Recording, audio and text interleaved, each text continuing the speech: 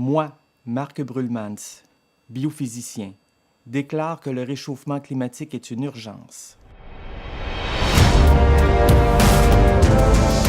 Ses conséquences mettent non seulement nos écosystèmes en péril, mais posent aussi un danger imminent à l'espèce humaine. Si on regarde les données, les faits, nous sommes dans une période de réchauffement climatique, de réchauffement à l'échelle planétaire, de l'ordre de 200 fois plus importante que les variations naturelles. Donc, c'est pour ça qu'on est dans une situation d'urgence où il faudrait maintenant, rapidement, stopper toutes nos émissions. Sinon, on ne sait pas ce qui est devant nous. Bienvenue à GMOB. La crise climatique qui se développe actuellement nous interpelle tous. Présentement, nous n'assistons qu'aux prémices des bouleversements qui sont en marche et qui sont en train de changer fondamentalement l'équilibre du climat. Équilibre qui a pu s'établir suite à des milliards d'années d'évolution et que nous avons changé en à peine 2 siècles. Bien sûr, présentement, nous ne voyons que des symptômes, des aperçus des bouleversements qui s'accélèrent. Confortés dans nos latitudes, qui pourtant se réchauffent plus rapidement, et notre économie qui subvient encore pour le moment à nos besoins, nous oublions qu'une partie de la planète subit présentement beaucoup plus lourdement les impacts de la crise climatique. Mais déjà, les mots sécheresse, inondation, super ouragan, emballement climatique semblent pour certains avoir déjà perdu leur signification profonde. Nos activités frénétiques et inconséquentes changent notre monde, et ce n'est pas notre avantage. Mais comment faire comprendre un tel drame alors que nos vies n'en sont pour le moment que très peu affectées? Marc Brulmans fait partie de ces citoyens qui ont décidé de se lever et de prendre la parole. C'est un compteur GGR portable, puis on peut mesurer la radioactivité. Biophysicien, il s'est intéressé rapidement aux problèmes environnementaux et a participé dès 2010 à la fondation de groupes citoyens ainsi qu'au collectif de scientifiques sur la question du gaz de schiste. Scientifique et membre actif du regroupement Vigilance Hydrocarbures Québec, Marc Brulmans s'est donné comme mission de faire comprendre l'urgence de la situation. Il fait partie de ces citoyens qui se sont mobilisés pour que les choses changent avant qu'il ne soit trop tard. L'urgence, on le voit bien, nous sommes maintenant en 2017.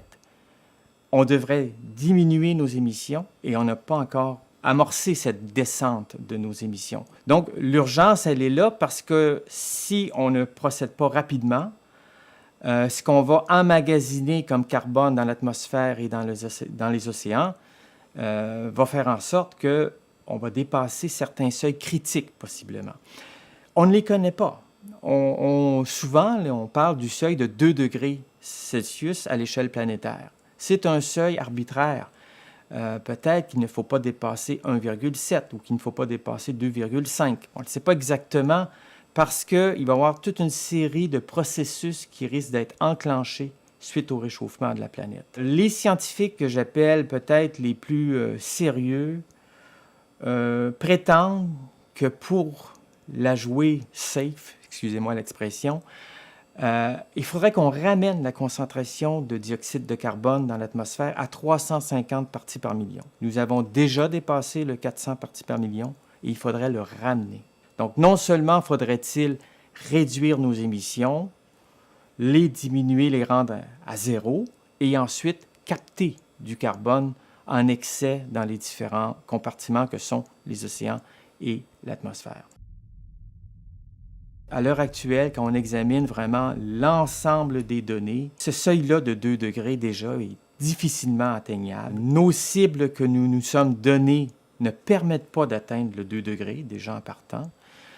Et il faut ajouter à tout ça qu'il y a des impondérables. C'est-à-dire que la science non plus,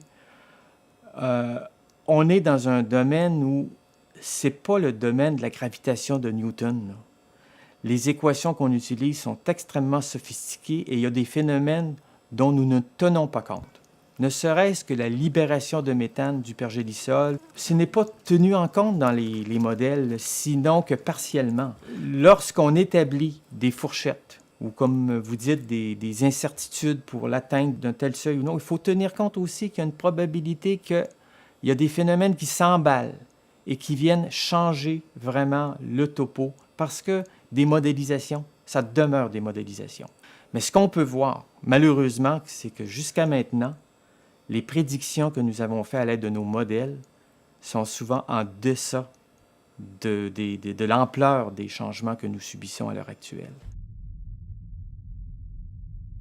L'urgence, je pense que le terme est utilisé, ou c'est utilisé le plus souvent, c'est pas dans les cercles scientifiques ou dans les cercles de décideurs, c'est surtout dans les cercles des militaires. Et je dirais à l'échelle des hauts gradés dans des différentes nations, savent très bien que ce qui se prépare, ce sont des situations de conflit entre nations dues à la raréfaction des ressources qui seraient causées par le réchauffement planétaire. Donc, c'est pour ça qu'on est dans une crise, parce qu'il y a tout lieu de croire que le réchauffement en termes de degrés qui s'annonce pour les prochaines décennies, mais surtout les prochains siècles, va faire en sorte que tout ce qu'on connaît à l'heure actuelle va être du passé.